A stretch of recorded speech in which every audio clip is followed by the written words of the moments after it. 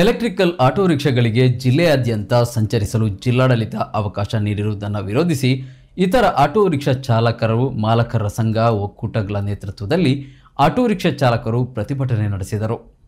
ನಗರದ ಜ್ಯೋತಿ ಸರ್ಕಲ್ನಿಂದ ಮೆರವಣಿಗೆ ಆರಂಭಿಸಿದ ಆಟೋ ರಿಕ್ಷಾ ಚಾಲಕರು ಕ್ಲಾಕ್ ಟವರ್ವರೆಗೆ ಮೆರವಣಿಗೆ ನಡೆಸಿದರು.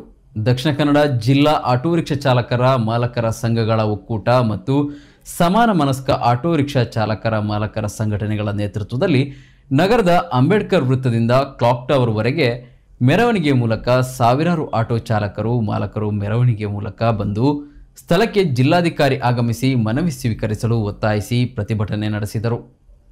ಈ ವೇಳೆ ಸಿಐಟಿಯು ಮುಖಂಡ ಸುನಿಲ್ ಕುಮಾರ್ ಬಜಾಲ್ ಮಾತನಾಡಿ, ಎಲೆಕ್ಟ್ರಿಕ್ ರಿಕ್ಷಾಗಳಿಗೆ ಜಿಲ್ಲೆಯಾದ್ಯಂತ ಸಂಚಾರಕ್ಕೆ ಅನುಮತಿ ನೀಡಿರುವ ಜಿಲ್ಲಾಧಿಕಾರಿ ಆದೇಶವು ಏಕಪಕ್ಷೀಯವಾಗಿದೆ.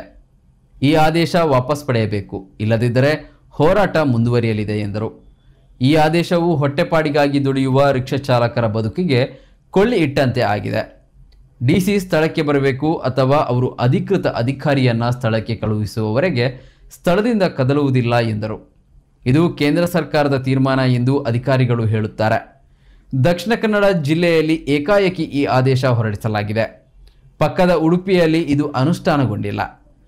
ಜಿಲ್ಲಾಡಳಿತ ಎಲೆಕ್ಟ್ರಿಕ್ ಕಂಪನಿ ಜೊತೆ ಹೊಂದಾಣಿಕೆ ಮಾಡಿಕೊಂಡಿದೆ ಎಂದು ಆರೋಪಿಸಿದರು. ಸಂಘಟನೆಯ ಪ್ರಮುಖರಾದ ಅಶೋಕ್ ಶೆಟ್ಟಿ, ಭರತ್, ಮೊಹಮ್ಮದ್ ಅನ್ಸಾರ್, ಲೋಕೇಶ್ ಬಲ್ಲಾಲ್ಬಾಗ್ ಮತ್ತಿತರರು ಇದ್ದರು. ಚಾಲಕರು ರಿಕ್ಷಾ ಸಂಚಾರ ಬಂದ್ ಮಾಡಿ ಪ್ರತಿಭಟನೆಯಲ್ಲಿ ಭಾಗವಹಿಸಿದ್ದರಿಂದ ಪ್ರಯಾಣಿಕರು ಪರದಾಡುವಂತಾಯಿತು. ಎಲೆಕ್ಟ್ರಿಕ್ ರಿಕ್ಷಾಗಳು ವಿರಳ ಸಂಖ್ಯೆಯಲ್ಲಿ ಸಂಚರಿಸುತ್ತಿರುವುದು ಕಂಡುಬಂತು.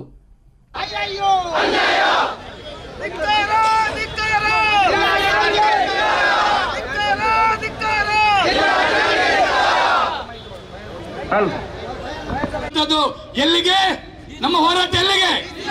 ಜಿಲ್ಲಾಧಿಕಾರಿ ಕಚೇರಿ ಚಾಲೋ ಅಂತ ಹೇಳಿ ನಾವು ಬಂದಿದ್ದೀವಿ. ನೀವೇನು ಮಾಡಿದಿರಿ?